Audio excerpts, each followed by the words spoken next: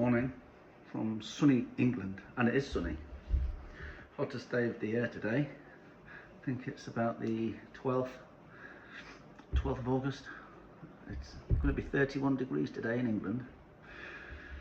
But anyway, I wanted to do this for a while, but was never really sure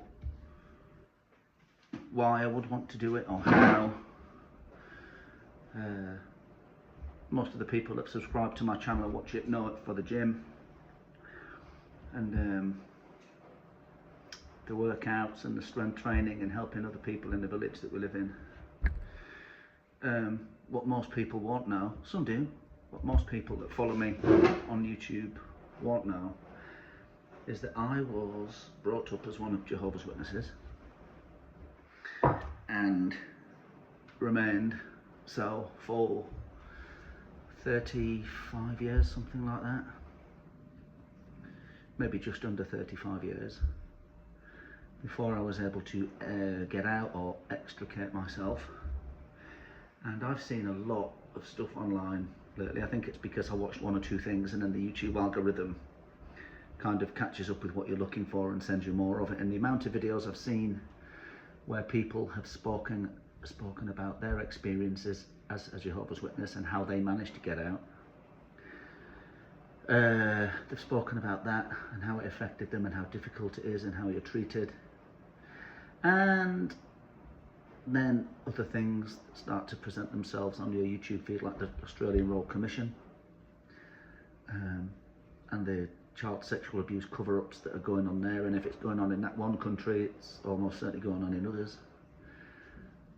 And so I thought, if anything I can say on here can help other people who have either left and are struggling or who are teetering and just need that final little bit of encouragement to break free, or if it just makes current serving Jehovah's Witnesses who probably are not allowed to watch this sort of content, just stop and think about some of the things that are going on, that are going through, then it would be worth it.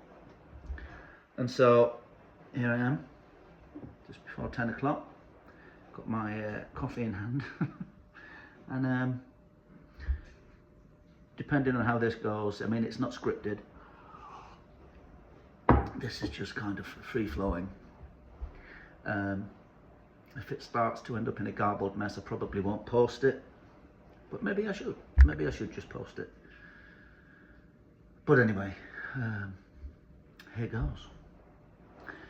So I remember when I was 4 years old, and I remembered I was 4 because I have no recollection of my sister being around or being born, who's 5 years younger than me. So I was 4.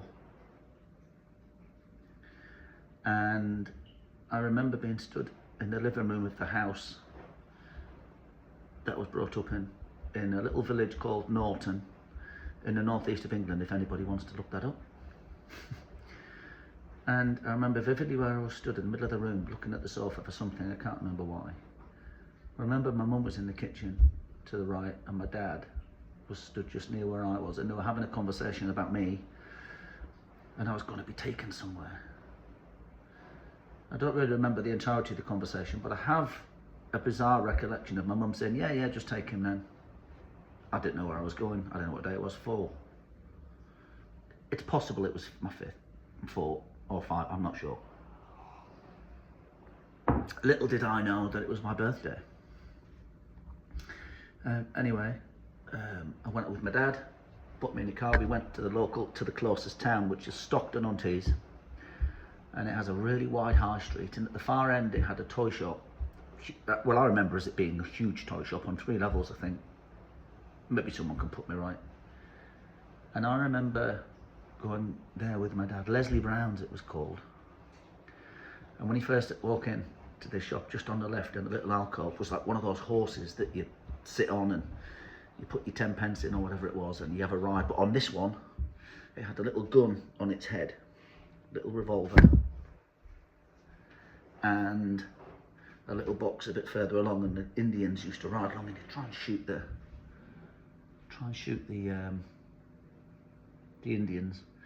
I remember having 2 or 3 goes of that and it was fantastic. I was there with my dad and having a great time.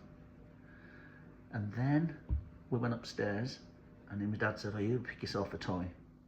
That, I don't remember that happening, but it must have, because I remember getting this orange airplane, like a Duplo sort of a thing that you would get today, but this orange airplane with a propeller that worked and wheels, and a little guy that he sat in the top and his helmet came off.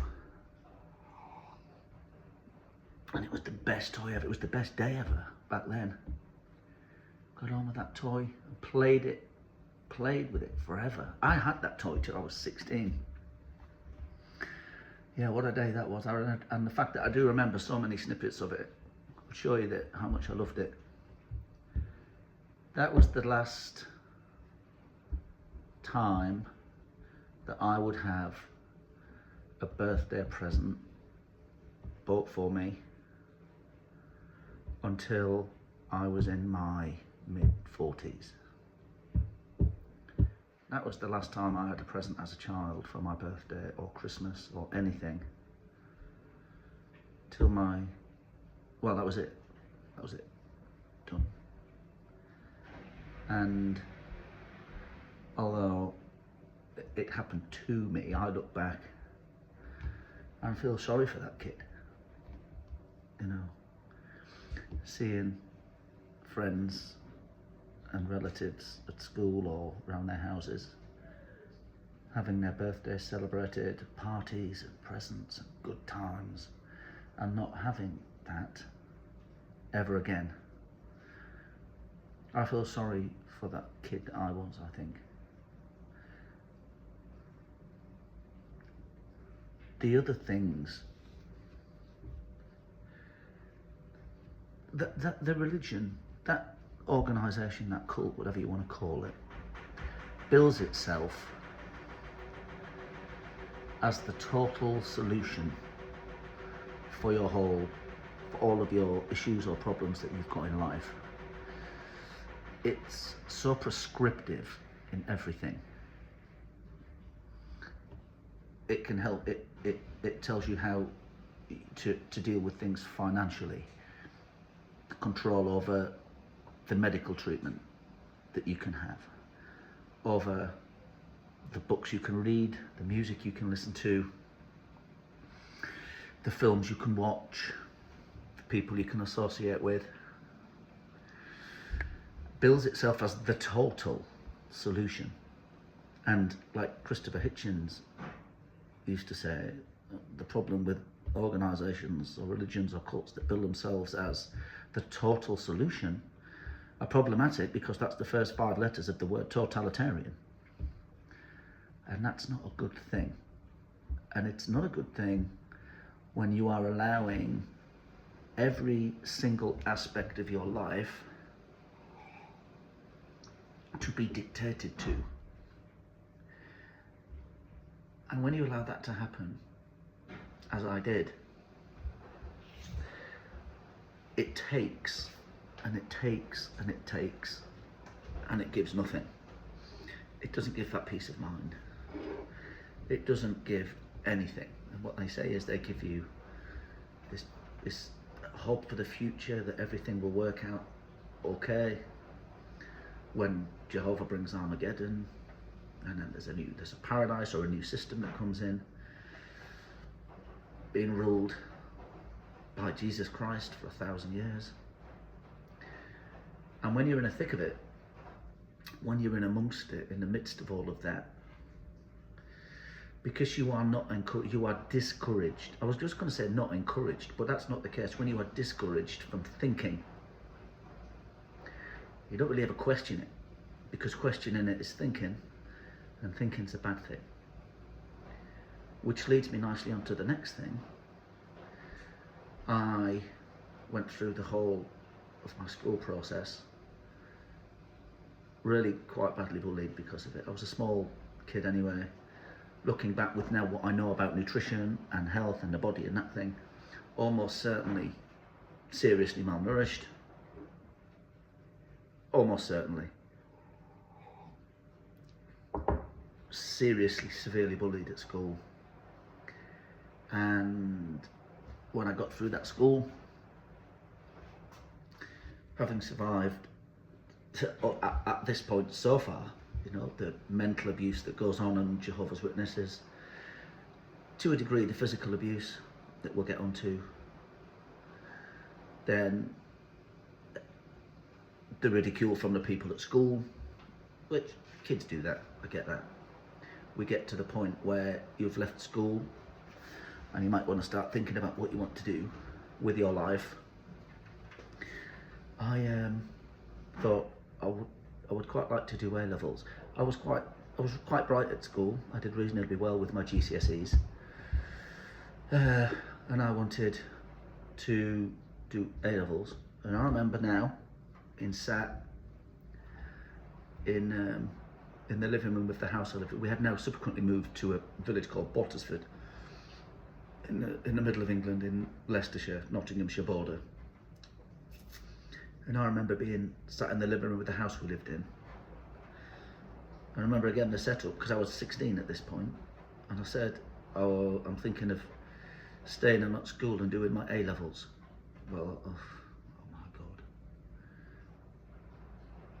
That was, well, let's say that wasn't received. I remember my dad probably was open to it a little bit. You may think my dad was a fan of higher education, but my mum, boil in the bank, Jehovah's Witness, absolutely not. You can do A-levels, but you're still going to work and you still have to pay me my board and lodge, which is fine. But, you know, in this country, in England, food and accommodation has to be provided till you're an adult by your parents. So, no matter what I thought or said, that was it. Couldn't do my A-levels. Straight to work, which is fine, and there's nothing wrong with going to work at 16, because back then that's what a lot of people did.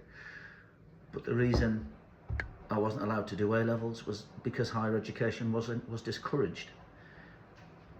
For the reason now that people that have left know, was because it encouraged you to think and expand your mind, and it might have led to me seeing through some of the things that were going on. Anyway, where to go with this next? Some of the things, when I think about some of the signs that I saw that have stuck with me subsequently, when I think my brain was actually starting to pick up on things. Some of the teachings of Jehovah's Witnesses were always a little bit nebulous to me in how we arrive at this point and what the understanding is. And let's just three in particular, 3 or 4 we'll maybe go through, because some of them might come out of my head. Firstly, there was always the issue with the blood transfusions. There was the issue of what they call the ransom sacrifice.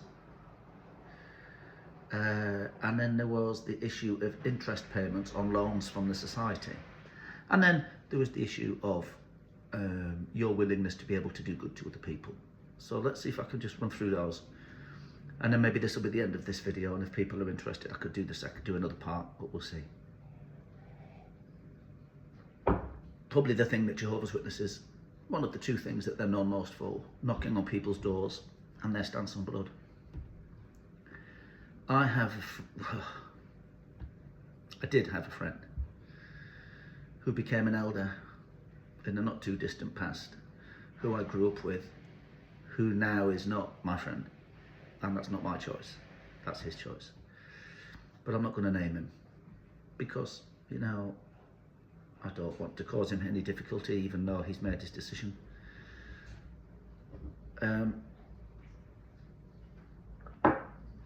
He relayed to me an issue. He had a child born with difficulties, and when these difficulties were, when he was to go to hospital for an operation to have some of these issues put right, they went through the whole process. We don't want blood in the case of an emergency. Cut to the chase, and he relayed this to me. Operation goes wrong. baby's losing a lot of blood, like a lot of blood. Their stance is no blood. The baby is made a ward of court. Judge says he'll be given the treatment he needs or is deemed necessary by the medical people. And so he had a blood transfusion and he lived.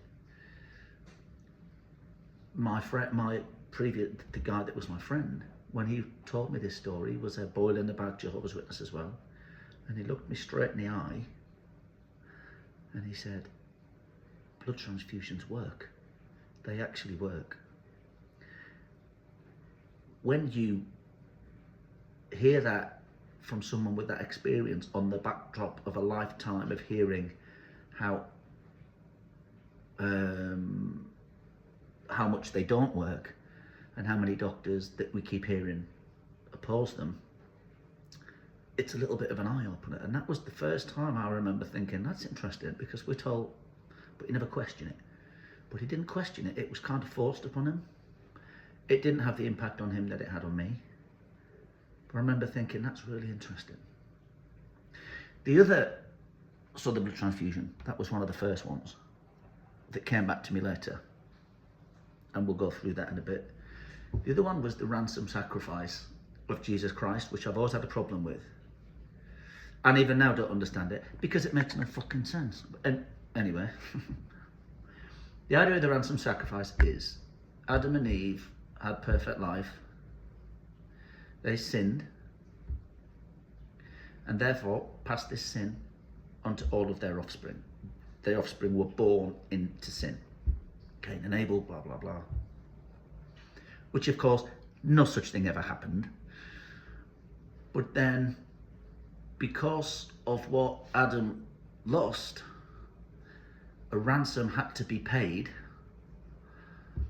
to buy back that perfect life or standing before Jehovah. And that ransom that had to be paid was the life of God's Son, who had to come to earth and give his life because a guy and a woman in a garden was convinced by a talking snake to eat some fruit off a tree that caused her to have her mind opened and persuade her husband to eat some, which led to the expulsion from a paradise, which ultimately resulted in God's Son having to come to earth to be killed to make up for something that he had no hand in. Scapegoating, I think they call it, where you load up the sins of the tribe in the desert onto a goat and send it off into the desert to die, and it takes away maybe that, but not the responsibility. Anyway, never understood, why did it have to be that way?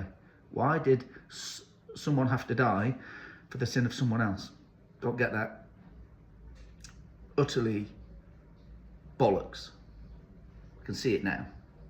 I could see it then, but I kind of just thought, if we just let this, leave it with Jehovah was always the thing. Leave it with Jehovah. When it's right, it'll all make sense. Never did. Never did. The other one was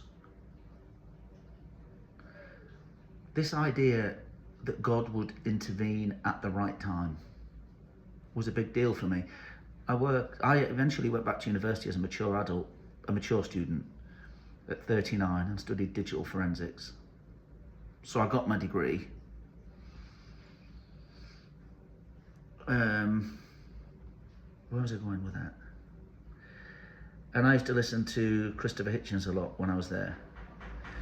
I got a degree and went to work for the police, doing the indecent images, viewing the indecent images and videos of children and grading them to get the bad guys in court and ultimately sent to prison for that disgusting crime, which there's an awful lot of in that organisation, let me tell you. And I always used to have an issue with, if you can intervene. God could, if he is as all powerful and all knowing and seeing as he is made out to be, he could intervene in these child rapes or any of it. but it's not the time. And I like the story, I don't like it, like how the idea is put across by Christopher Hitchens about this issue, and I want to just give it to you. Take the case, and I had to see a lot of this child rape and molestation and murder and all those things when I, not so much murder, but the molestation of children when I was at the police doing the gradings. And it takes a toll on you. It really does. There's only so much of that you can cope with. But they always say, leave things in Jehovah's hands. Whatever's happened to you will be put right. So I have any number of those that I could relate to, but I don't think I could ever do it as eloquently or as decently as Christopher Hitchens did. So let me rehearse back to you what he said.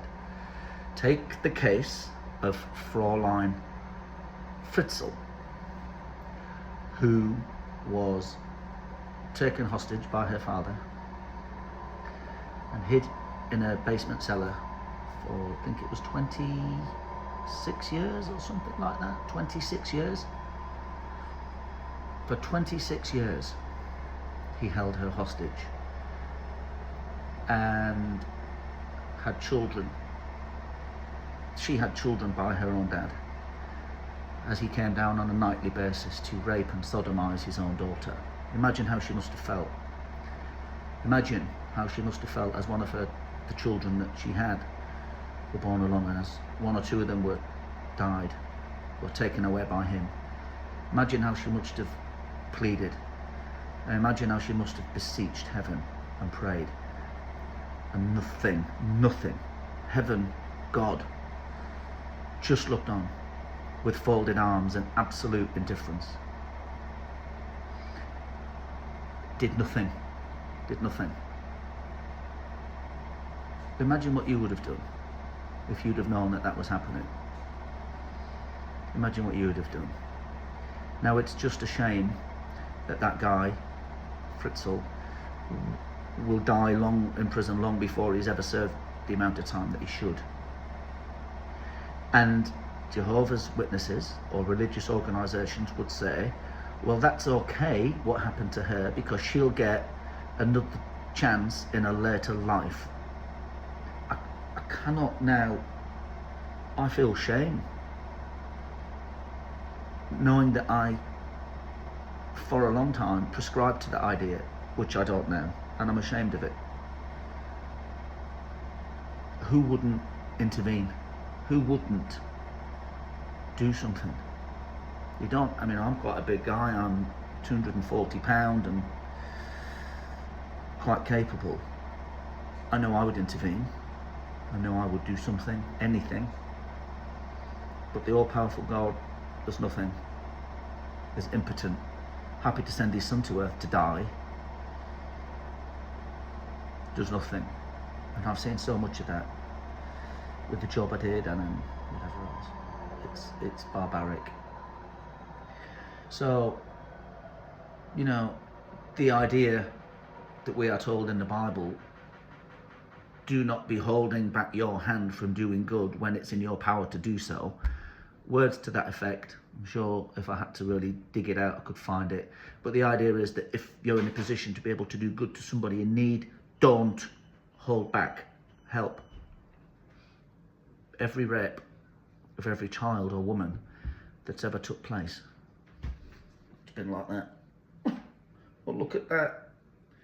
She's getting it again. Oh, look at that child. Oh yeah, did nothing.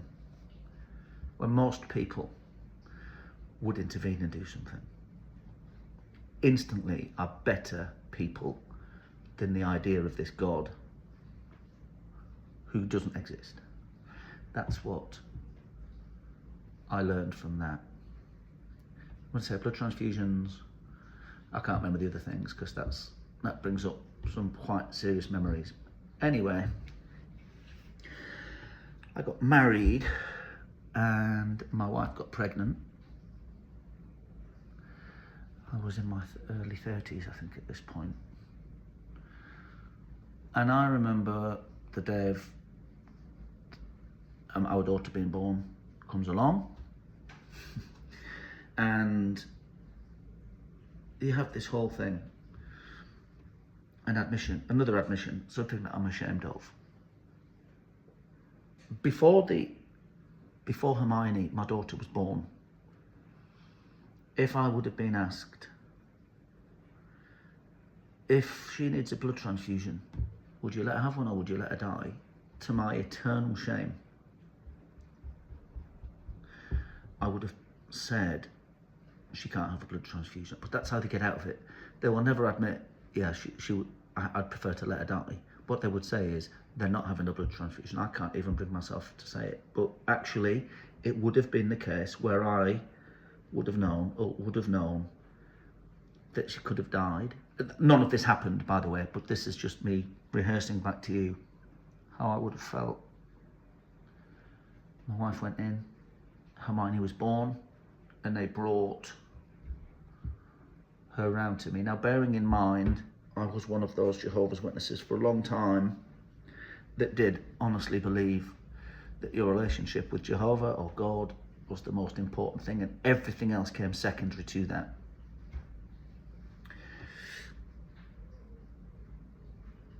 They brought Hermione round to me, my first daughter, tiny little thing, and her eyes were already open. I remember that. And I just, bizarrely, I remember in that instant, that instant that I held her in my arms and looked at her, there is no way that I could ever let anything happen to her.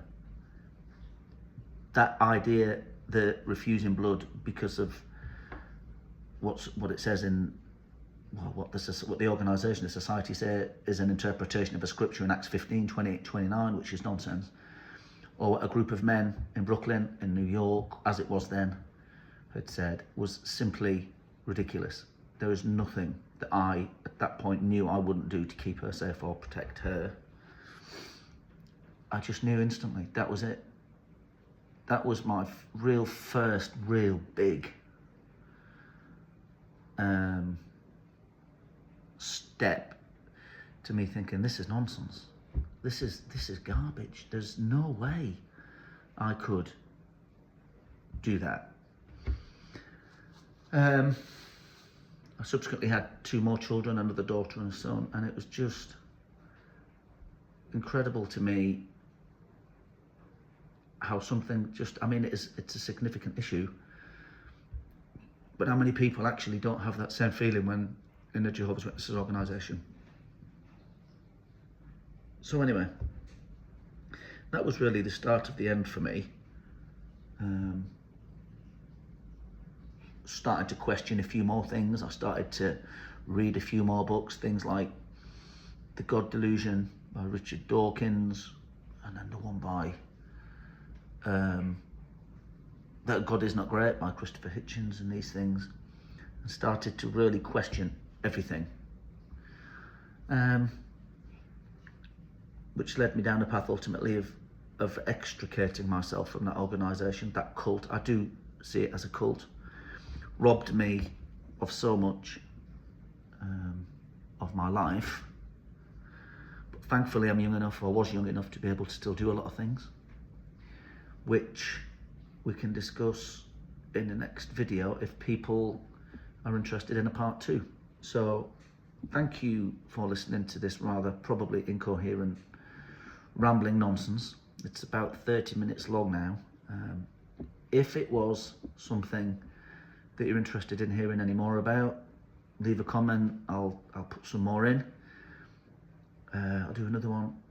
If not, I might just do it anyway because it's cathartic. But anyway, thank you for listening. If you stuck with the video for as long as you have, probably been looking at the picture of my great hero there, John Paul Sigmason. He was never a Jehovah's Witness. Far too cool. But anyway, catch you next time. Speak to you soon.